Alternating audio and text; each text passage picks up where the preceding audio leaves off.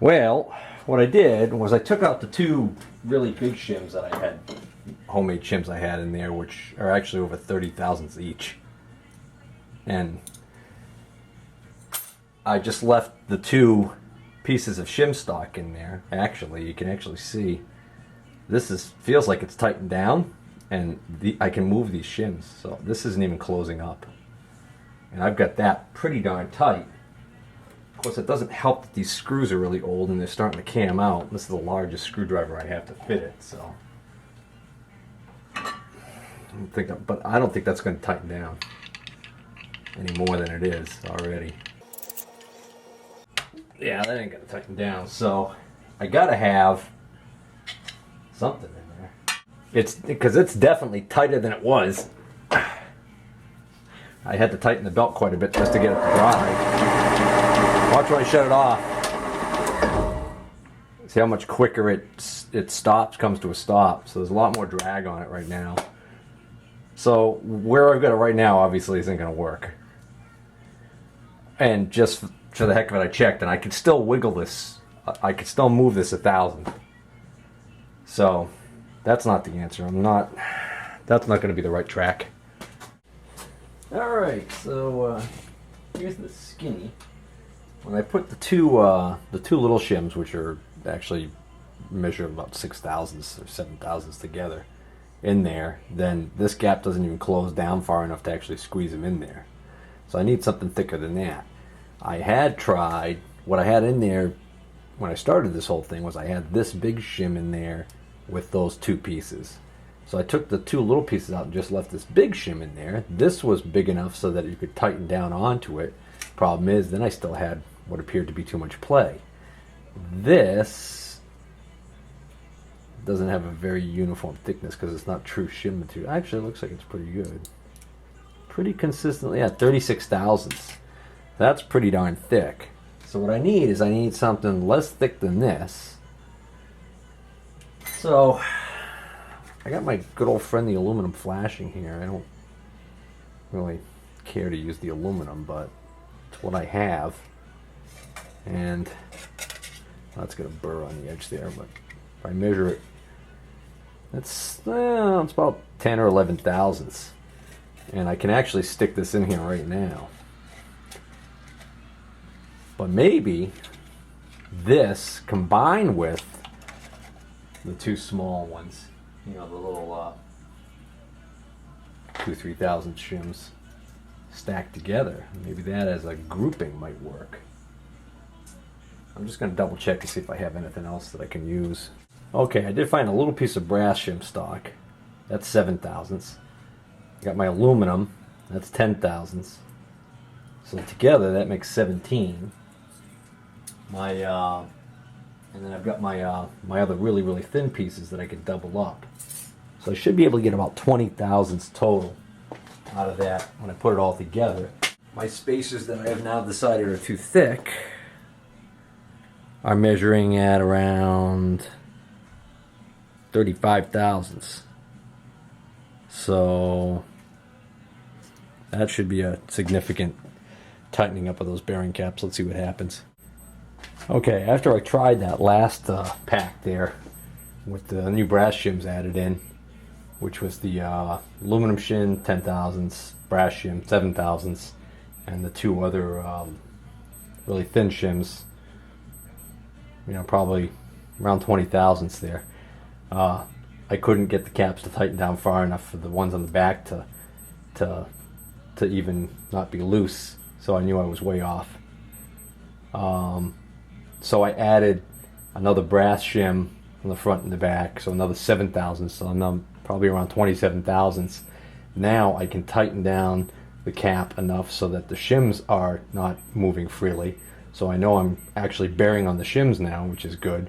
But the problem now is it's so tight I can turn it if I put my chuck key on to give me leverage. But it's so tight that the belt is slipping, and I did tighten the belt up a little bit. It's not just that the belt's loose, it's also that it's just still too tight. I'll throw an indicator on it just for the heck of it, but I got a feeling doesn't matter what the indicator says, I'm going to have to add something. Oh, it's funny. I'm able to move that a couple of thousandths. I know it's not a lack of oil. They just oiled it. I don't like that there's enough play in there that I can do this, and it's not moving. I tightened up the belt some, and this is what I got. Belt's barely slipping, and it's putting a hell of a load on the motor, dimming the lights, so that's just way too tight. I'm going to have to put another shim in there. Yeah, this is kind of perplexing me, because I just put a 2/1000 shim in the front and in the back. That should effectively lift this whole cap 2/1000 of an inch. So how is that not adding more clearance? Should be, and yet it's jammed up tight as a tick. So tight as a tick, as in, you know, blood-sucking parasite. So I'm just gonna break that.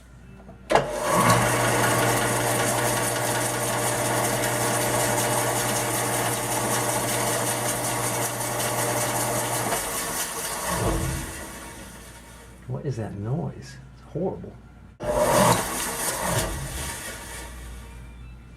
Oh, is that the belt rubbing on something? That could be rubbing on.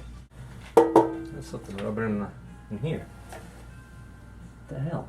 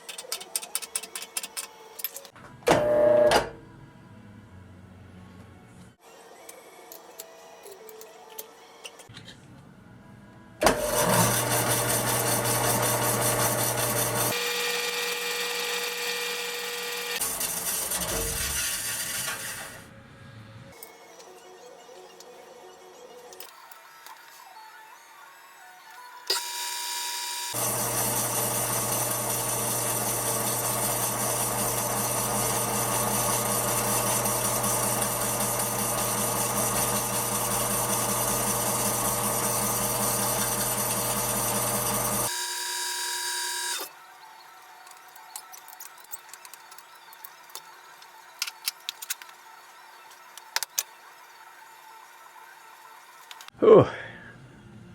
Took a lot of trying, but I think I finally got the right combination in there of shim so that it spins, well, I wouldn't say freely. It's not like how it used to be that I could spin it with my hands.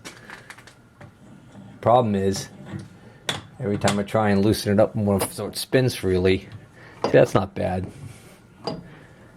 Spinning wise, I should say, and it doesn't sound like it's laboring. And more importantly, as far as the actual run out goes,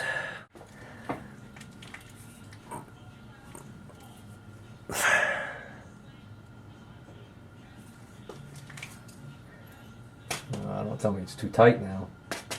Are you gonna really tell me now, after all that, now I have zero clearance? Son of a gun. Let's see if I can't find something so I can get better leverage. Well, just pulling up and down on this like I was doing before, I can't seem to get a reading at all. So I put this block of wood under here, using this framing hammer as a pry bar. And I can't get anything on that indicator to read. And I know I'm in touch with that.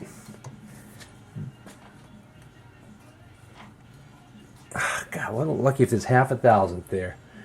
That's not gonna work. All right, this thing's just got me baffled. I just put in a 2,000th shim, one on the front, one on the back, effectively lifting that whole cap up 2,000ths from where it was. And I could still pry with the hammer. I'm bending this bar and not getting any indicator change. So I don't know what I'm doing wrong here.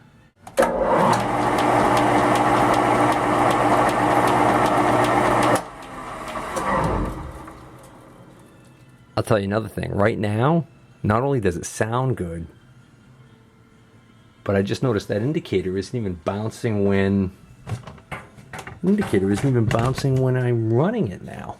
I'm definitely in contact with that, because if I touch this here, it makes it move.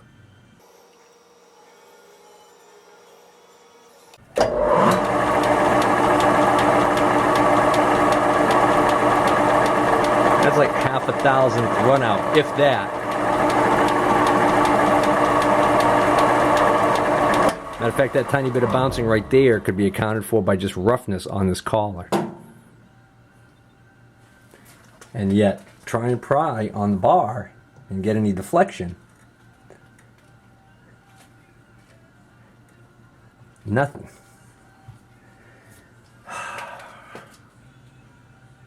I'm gonna try some test cuts. Okay, when I last took some test cuts, I was getting a lot of chatter marks and everything on this collar, and this collar was machining nicely. And that's when I realized that, well, I gotta figure out what's going on with those bearings. I also couldn't get the taper to go away. So now I'm just gonna try and take a cut right here. I've got the feed gear train disengaged because I just don't like hearing it this late at night. I'm just gonna feed by hand. Well, now that I took that out of the chuck, it's way out of kilter, so I'm gonna have to even that out for starters.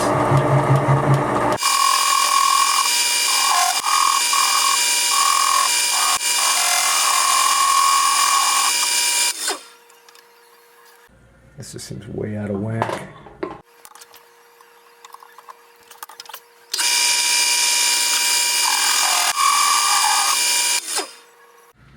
The finish there still bites. Let's see if I'm having the same problem up near the chuck.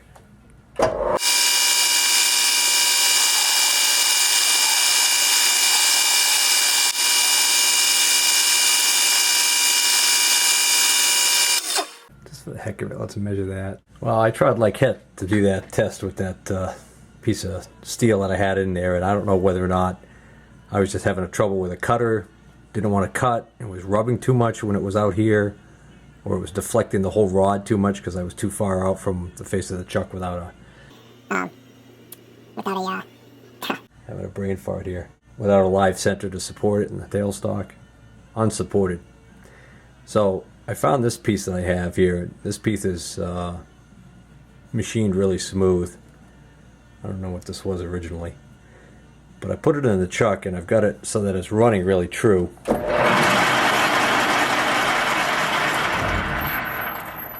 Looks like within half a thousandth. So that actually bodes well for my 3-jaw chuck. But I think what I'm going to do is I'm going to reorient the indicator so that the finger is touching on the outside edge here, and then I'm going to run the carriage down and just see whether or not there's any deflection. Because if there is, well, then it means I've got something much weirder going on here than just a simple, you know, deflection problem from the force of the cut. Okay, so Let me just zero this. All right, so right now the ball is right on the front face here, and I've got the indicator stand mounted on top of the cross slide. So if I run the carriage this way, that ball should go along this, and since this is running true, and since this is, I didn't check the diameter of this. Well, for the moment, I'm going to assume that that's not tapered. Then that indicate. Did that just change? Am I losing my mind here? All right.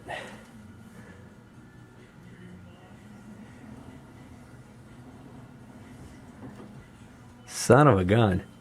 What, are you kidding me? How's that possible? Uh-oh. That's weird. Either this pin has a taper to it, or the axis of the spindle is not in line with the ways. The bed shouldn't be twisted because it's level. Oh, heck. Oh, mystery solved.